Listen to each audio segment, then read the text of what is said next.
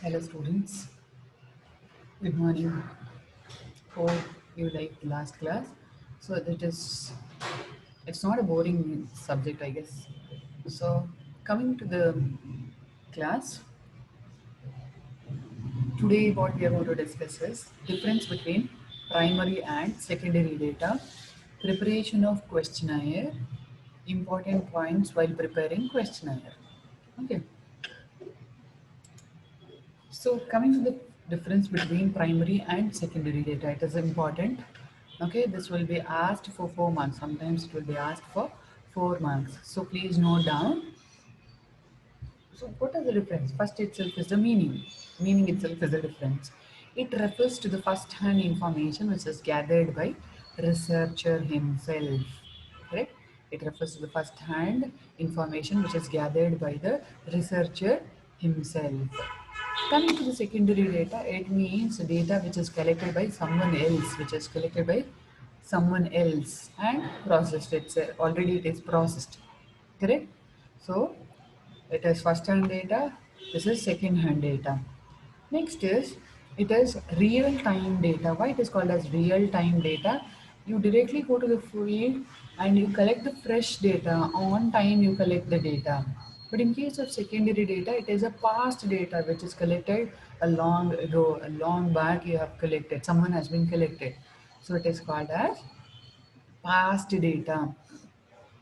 Primary data is real time data. So coming to the next one, whether it is a cost effective or not. In case of primary data, it is very expensive. Why? So census is not easy. A single person can't do a census because he, a single person can't go to a people and ask the question and take the responses. No, you have to appoint a large number of resource people to get the information. So you want to hire people who is capable of doing that. They should be knowing something regarding that. They should have some knowledge regarding that.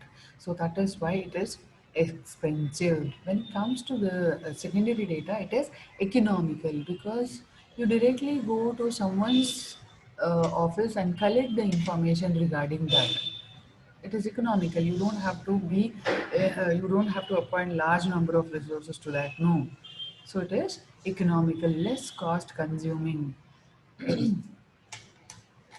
Under the primary data, what are the different methods we can do is we can have survey, we can do observations, experiments, questionnaire, personal interviews. These are the tools or the instruments what we can have in case of primary data. Coming to the secondary data, we have different government publications, websites, books, journals, articles, newspapers, magazines, etc. These are the secondary data tools or the instruments. Clear?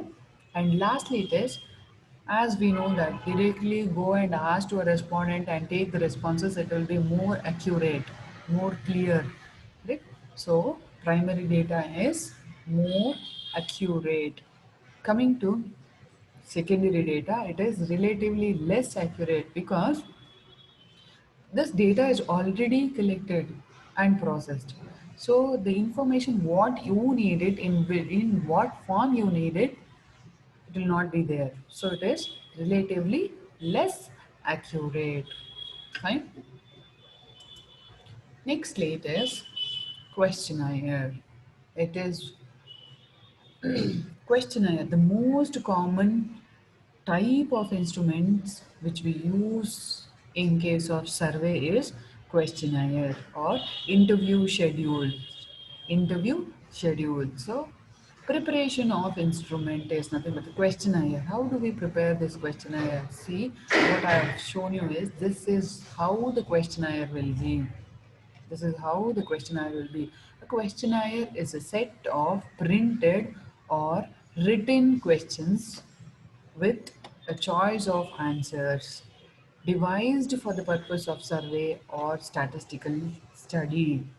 So, the most common type of instruments which is used in survey is nothing but questionnaire. Okay. This is very important questionnaire. So while preparing the questionnaire or interview schedule, you should keep in mind the following different points. Following important points has to be kept in mind. So the first point is the questionnaire should not be too long. The number of questions which should be asked uh, in minimum number, because it would discourage the respondents. It would discourage the people from completing the questionnaire. So hardly it should be 13, 14, 15 questions. Hardly 15 questions should be there. So the questionnaire should not be too long. So coming to the next point, this series of questions should move from general to specific. So the questionnaire should start from general question. General question in the sense, what is your name? Say, for example, if you are going to conduct a survey for school students, so what you are supposed to start is, what is your name, which class, section, parents' name. So likewise, it should be from general to specific. So it would be like it helps the respondent to feel comfortable, okay, to feel comfortable. So coming to the next point, the question should be precise and clear. The question should be clear and precise. So I can ask the questions like this, rather than asking uh, what percentage of your income do you spend on clothing to look presentable. How do you feel? That is not the way. You're supposed to ask, what percentage of your income do you spend on clothing? That is good way of asking the question.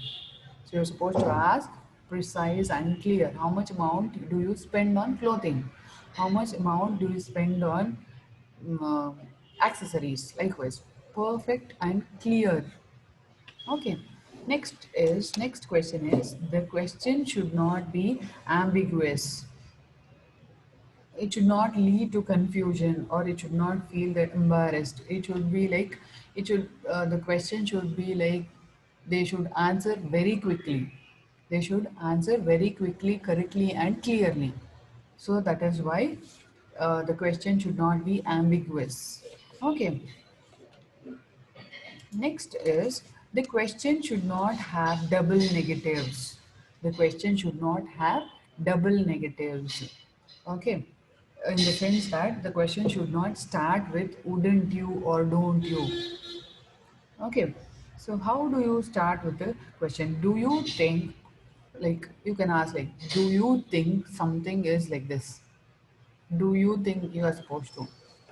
Because don't you means, some people are like narrow minded, they might like, I don't. So like that. So it is like, you're supposed to ask the question starting with do you. Okay, do you think smoking is injurious to health or it should be prohibited? So the question should be like that, precise, clear, and there should not be any kind of negatives. Next, coming to the next point, the question should not be a leading question. Why it is called as leading question? Because if the question itself tells you how to answer, then what is the point in asking them the question itself, which gives you a clue about how the respondent should answer.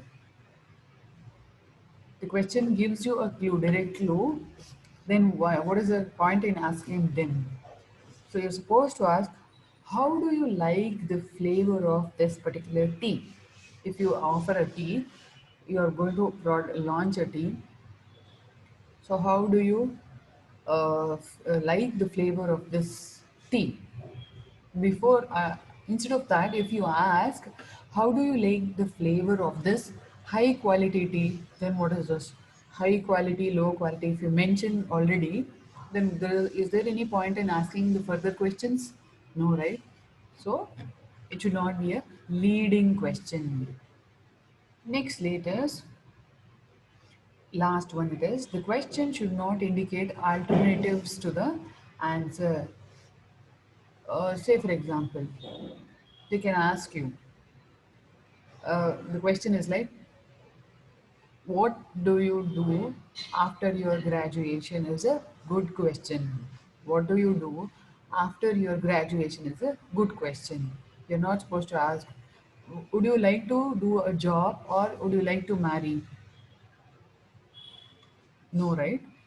So you're not supposed to give alternative to the answers. Alternative should not be given to them. They are supposed to write their opinion in the questionnaire. Clear? Thank you so much. So please note down all these points, which is very important. Okay. Coming to the first chapter notes, I'm going to upload it. Okay. Hope you have written all the points and all the things, or questions, what you have done. And very importantly, the quiz question has to be noted down in your notes. That is very important. Clear? Very good. Thank you.